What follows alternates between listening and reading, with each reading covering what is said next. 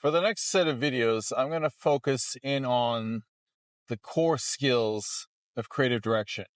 I've been working as a creative director for 15 years, and I'm going to download piece by piece the core skills of what is expected from a proper creative director for companies, brands, agencies that hire professional creative directors. What are those core skills and what is expected of you as you develop as a professional creative director?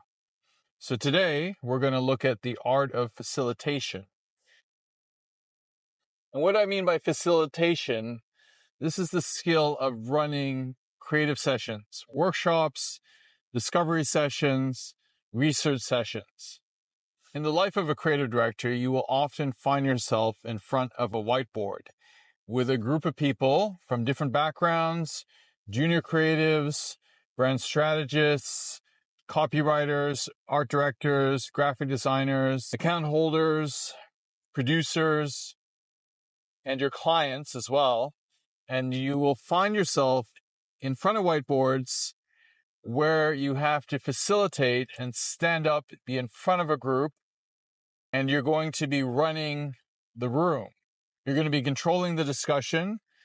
You're going to be getting people to do different exercises, to work on problems, to develop strategies, creative solutions. This is something that's core to the role of creative directing, facilitating sessions, meetings, whiteboard sessions. So let's dive into some approaches. So the first thing I'd say is as you start the meeting, it's important to be organized, to set the intention for the meeting. This is something I learned while I was at EA working on Need for Speed. At the beginning of your meeting, first thing you should do as the person that's facilitating the meeting is you should set out what the goal of the meeting is. What are you trying to accomplish by the end of the meeting? Whether it's a 30-minute meeting, a 60-minute meeting, or a 2-hour session. As you're wrapping up and as people are walking out of the room, what's the goal? Take that goal, that objective, and write it on the whiteboard. That is the thing that you're focused towards in this meeting. That's step number 1. Set the objective.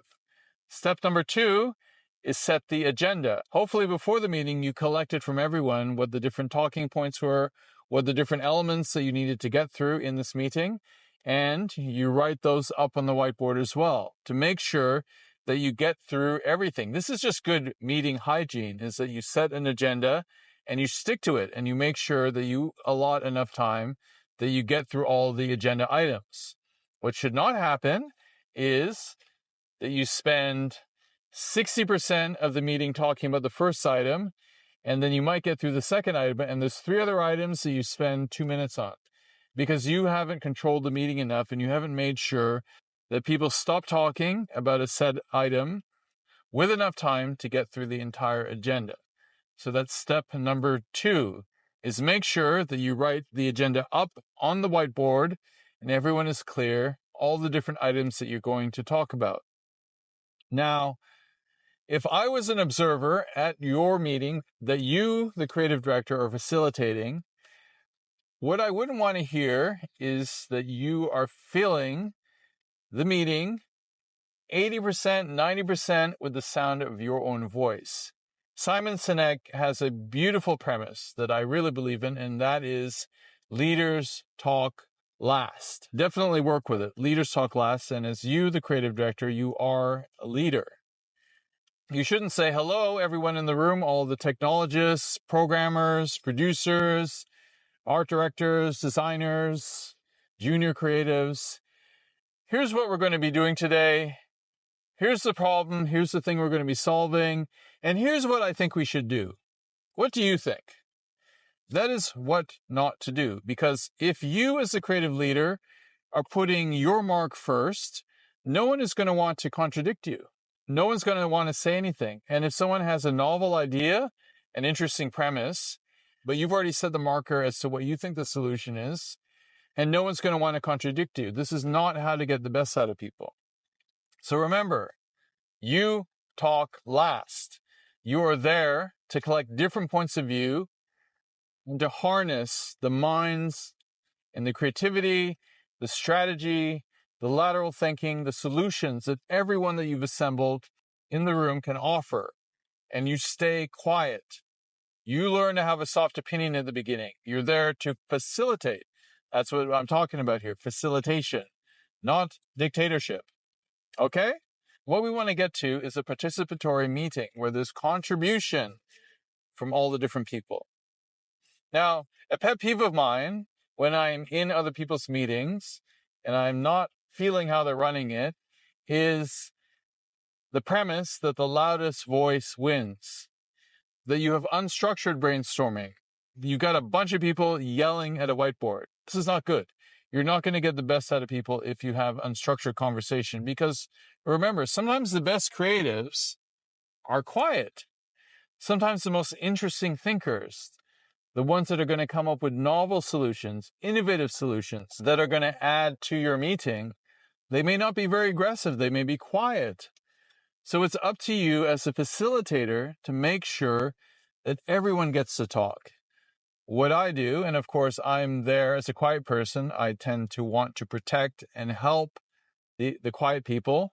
I will have conversation that's structured. It goes around the table. It goes around the room. I may ask a question, and then I'm going to have everyone answer. So in conclusion on this point is you want to have a participatory feeling. You don't want to have it so only some voices are heard, that the loud voices are heard, or only the senior people are talking, and those who might offer something, who are quiet or more junior, aren't going to be able to pitch their ideas. Next thing for you to think about is generating ideas. Now, remember, I used to work at EA on Need for Speed, and we would often have these work sessions with multiple video game designers in the room. Often with work sessions or discovery sessions or group design sessions, you have a limited amount of time to work on something because you're in production. You have to come up with something in the next hour, 2 hours, 3 hours, and work through whatever problem that you need a solution or an idea or a concept or a proposal that you might be writing, right? You're going to have deadlines that you're writing proposals for. You have to get things done. But just expecting people who come into the room to come up with something on the spot isn't the best way to work. What I recommend is that you pose a problem. You might ask people to come up with an idea and then give them some time. Give them 5 minutes to work on an idea. Have a little bit of quiet time. Or even get people to pair up in groups and give them a premise to work on. Give them time to work. The other route you can do is give people homework so that they need to come to the meeting with their proposal and their ideas ready. But just expecting people to come up with the best ideas on the spot is not the best way to harness your assembled crew. Give them a moment to consider quietly and allow people to get together in groups to riff off each other. Again, what we're trying to avoid is just random people yelling at the whiteboard and you're just randomly writing stuff down. The next item for us to talk about for how, as you, the creative director, are to have the best facilitation sessions possible, the best creative work sessions possible, and that is to be action-oriented. You remember I was talking about how you should come in with a set agenda, right? The thing you should be looking at is as you go down through that agenda, is to make sure that you don't end an agenda item and go to the next agenda item. You have logged the action items and the owners of those action items. Does that make sense? Because what can happen is that you have your agenda, you've got the different elements that you were talking about for your session, and you talk about one thing, everyone talks through ideas, premises, things that they want to work on, and then before you lock in the exact actions and before you log who's going to do what, you move on to the next thing. And the actions are forgotten. And no one has logged the to-do items. So the thing to do here is, as you're going through your agenda in your facilitation session, make sure that as you finish up on that agenda item, you figure out what are the action items and who's the owner. that there's one person that's responsible to execute. Not two people, not three people, not the room. Someone will do it. No, as you're finishing up an agenda item in your creative session, you assign a single owner. Because when you have owners, people take responsibility. People execute, things happen. And this is how you ensure that you're running a tight ship. Of course, it's important that you have some kind of tracking system and someone that is responsible to take notes and someone that's responsible to manage the action items.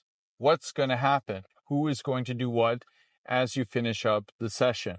Now, as the meeting's wrapping up, of course, you as the creative director, you can gather your thoughts and your insights, and hopefully people have contributed some great ideas, some great strategies, some great solutions. Hopefully you are showcasing the contribution that everyone did. People are feeling good. And then you can start to select of the solutions that have been given, what you as the creative director are responding to, and how that aligns to the greater vision for the project that you as the creative director are responsible for. As the meeting ends, one has to stay action focused. You repeat again what the action items are, what the conclusions are, and what's going to happen henceforward as your session is ending.